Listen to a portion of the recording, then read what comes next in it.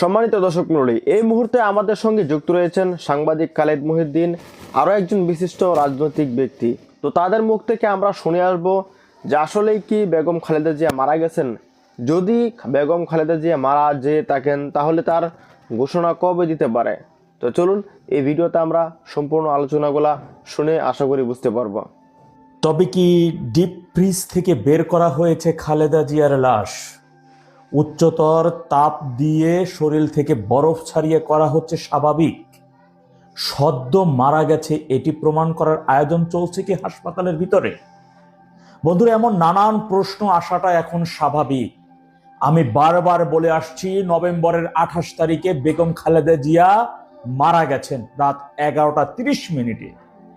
তারেক রহমান তিনি তার রাজনৈতিক ফায়দা লুটার জন্য, রাজনৈতিক কৌশল, নিজের ক্ষমতার জন্য তিনি তার মায়ের লাশকে জীবিত দেখিয়ে এতদিন রাজনীতি করে আসছেন। আপনারা দেখেছেন আজকে গভীর রাতে তড়িঘড়ি করে তার চিকিৎসক তিনি বললেন গণমাধ্যমের সামনে পূর্ব কোনো ঘোষণা ছাড়া যে গত 1 মাস ধরেই তার বডিতে কোনো ধরনের পরিবর্তন না, মানে কোনো ধরনের পরিবর্তন না ভালোর দিকে না খারাপের দিকে, আগের মতোই আছে। মানুষ মারা গেলে পরিবর্তন হয় না, অবনতি হয় না, ওই আগের স্থিতিশীলই থাকে, এটাই স্বাভাবিক। কিন্তু কেন? কারণ ক্ষমতার জন্য আনুষ্ঠানিক ঘোষণা আসছে না। মনে রাখবেন, খুব অল্প দিনের মধ্যে, এই 2-4 দিনের মধ্যেই আনুষ্ঠানিক ঘোষণা চলে আসবে। 2-1 দিনের মধ্যেও।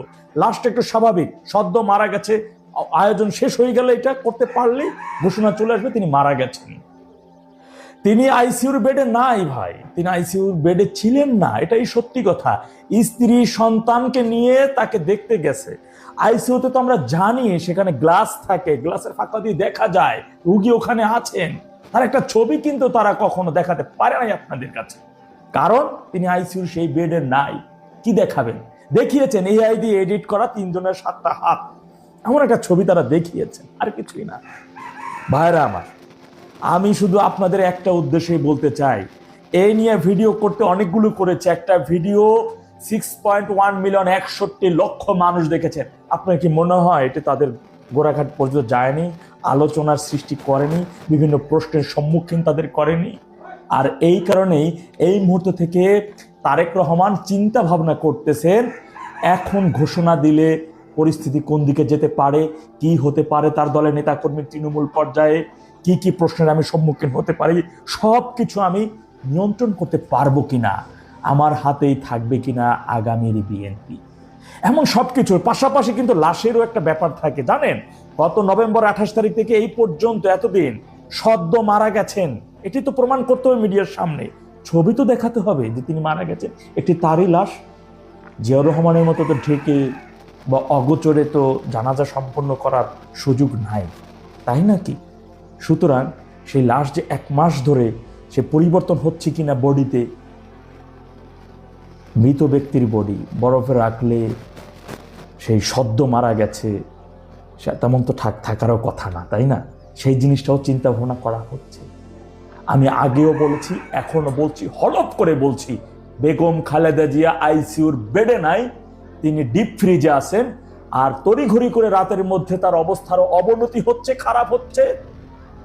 এবং তারেক রহমান বললেন কেউ যেন এভার কেয়ার হাসপাতালের আশেপাশে কেউ হয়তো ঘৃণা করে, তার মানে এটা দ্বারা মনে হচ্ছে তাকে ডিপ ফ্রিজ থেকে বের করা হয়েছে, তার বডিতে উচ্চতর তাপ দিয়ে স্বাভাবিক সদ্য মারা গেছেন, তার আয়োজন চলছে মেবি।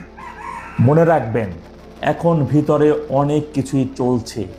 এই মুহূর্তে তাকে ঘোষণা দিলে কি হতে পারে, ট্যাগেল দেওয়া যাবে কিনা, আর যদি দেখা যায় যে না, বডি তরতাজা রাখা যাবে, কোনো পরিবর্তন হবে না, আরো 15 দিন 20 দিন বা নির্বাচনের আগ পর্যন্ত এভাবে তাকে রাখা যাবে, তাহলে তারা সেটাই করবে। এটাই চিরন্তন সত্য। চোখ কান খোলা রাখেন এভার কেয়ার হাসপাতালের দিকে। কোনো একজন মিডিয়া কর্মী ভাই, অবশ্যই আমরা জানি, আপনারাও জানেন সত্য তথ্য, ভয়ে ভীতস্তে নিষেধ আছে, যে কারণে আপনারা বলছেন না, আপনারা বলবেন না।